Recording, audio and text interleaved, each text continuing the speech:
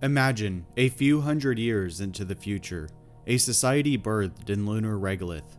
Its citizens gaze upon the Earth hanging in the dark expanse of space, always in view, but ever distant. What worldviews will form from living in a land where each footprint leaves an impression that will last for more than 1,000,000 years, each step creating an artifact, a testament to that single individual's life more permanent than any city, civilization, or statue ever created on Earth. Ozymandias' wet dream. This is uncharted territory, a new frontier, not just in space, but in law, politics, and society. Just think of the impacts the colonization of the New World had on the economies, laws, and politics of the Old World European societies. Living on the moon will evoke parallels with some of Earth's most extreme environments, such as the icy expanses of the polar regions. Despite the vast expanse of lunar terrain, settlements are likely to be tightly compact, with citizens living in extremely close quarters.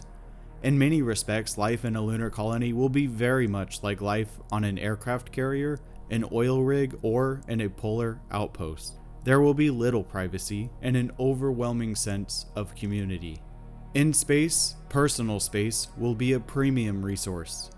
Living quarters will be small, Spartan, optimized for functionality over comfort.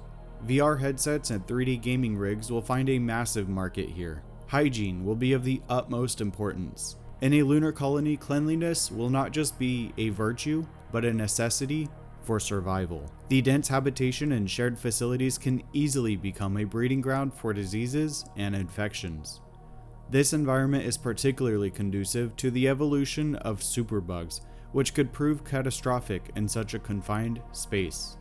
The situation mirrors that of a hospital or a ship at sea, where cleanliness is crucial to prevent outbreaks. As such, stringent hygiene protocols would become a standard part of life in a lunar colony. Personal protective equipment might become everyday attire, with residents regularly using gloves, masks, and other protective gear.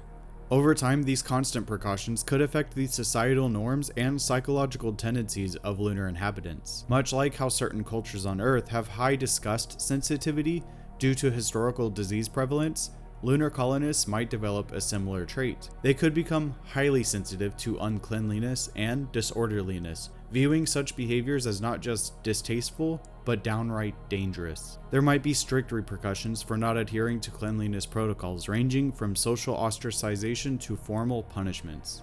Furthermore, the high importance placed on cleanliness and order could also influence the aesthetic of lunar colonies. They might be designed to be easily cleaned and sterilized, leading to a minimalist, sleek design. Life in a lunar colony would not be without its dangers. Only a few inches of material would stand between you and the stark, silent void of space. This reality will shape the cultural fabric of lunar society in profound ways.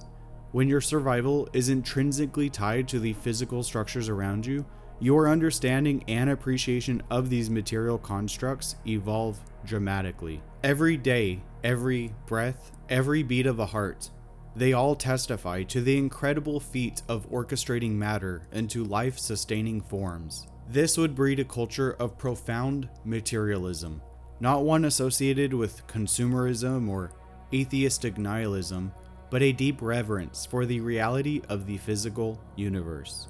In this society, this understanding would form the core of their worldview. They may see themselves not as being separate from the cosmos, but as parts of the cosmos come alive. The universe, in all its splendor and cruelty, does not exist outside them. They are it, and it is them. In this environment, the lunar inhabitants may find a new kind of spirituality, one rooted in the awe of scientific discovery and the understanding of their place in the cosmos. Immense joy found in the act of decoding the universe, its patterns and laws, and in using this knowledge to transform the barren, inhospitable lunar landscape. The lack of nature on the moon will probably foster a deep reverence for life. For instance, a single tree grown inside might become a shared symbol of hope and a gathering place for the community. Every expansion of the colony, every inch of lunar soil transformed into a haven for life, will be seen as a religious act, a sacred duty.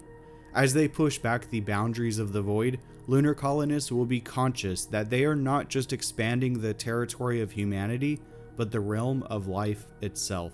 Every new habitation module, every space station created, every new meter of breathable space, these are all victories over the void, embodiments of life's tenacity in the face of cosmic adversity. Animals will not be kept. Dogs and cats cannot perform strength training to prevent bone and muscle atrophy like humans can. It will probably be considered cruel to have land-dwelling animals. However, fish and marine life might become very common as they are suspended in water, buoyancy unaffected by gravity. People dwelling in artificially regulated, pressurized environments will find they have much in common with their aquarium-dwelling friends. Similarly, herd animals, the ones we eat the most here on Earth, would be very costly to maintain on the moon. Fish farming would be a very practical solution to providing fresh meat at a premium price for those willing to pay. This is not the same as farming on the moon, but more falls into the realm of novelty. Perhaps the moon will become well known for having stellar sushi. Given the extreme vulnerability of a lunar society, it is likely that its inhabitants will prioritize security and the preservation of their life-supporting infrastructure above all else. This could lead to the formation of a highly regulated society, where individual freedoms will be curtailed to prevent threats to the collective survival. In this environment, every action has potential life or death consequences for the entire community. An inadvertent breach of a habitat module or intentional sabotage could have catastrophic consequences. Given this existential risk, it is likely that lunar colonies will implement strict regulations governing behavior and activity. In such a society, the concept of personal freedom may take on a radically different form. Is it possible to maintain a Second Amendment in an environment where one negligent discharge can threaten everybody's ability to breathe? In the case of potentially destructive behaviors, there would likely be a zero-tolerance policy, and punishments for infractions could be severe. However, this strict societal framework could extend beyond controlling potentially harmful activities. The Lunar Society might establish an omnipresent surveillance system designed to continuously monitor all public and private spaces to ensure the colony's survival. This surveillance would be rationalized as necessary for collective safety, even at the cost of individual privacy. As they say, an ounce of prevention is worth a pound of cure. And this line of logic will largely be the justification for a massive AI-integrated surveillance state. But, as history shows us, the concentration of authority, even if implemented with the best of intentions, can lead to abuses of power.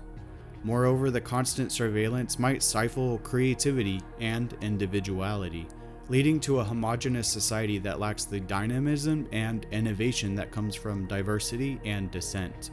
To counterbalance these concerns, it's possible that lunar societies will develop unique forms of democratic governance with transparent decision-making processes, checks and balances, and robust systems for addressing grievances. Or they could become totalitarian nightmares. Is this dystopian? Or is it necessary to sleep well at night without having to worry about a breach in the whole? Hierarchies of authority exist for a reason. But history also shows that in these tight-knit, purpose-driven communities, abuses of power are often met with violent mutiny. Social homeostasis returned through blood, and the moon is a harsh mistress.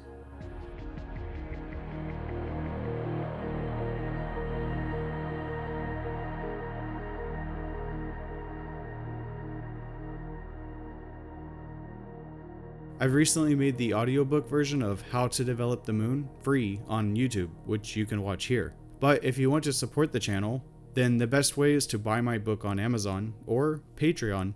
Top tier members will get a signed copy for $3 less than Amazon. Thanks for watching.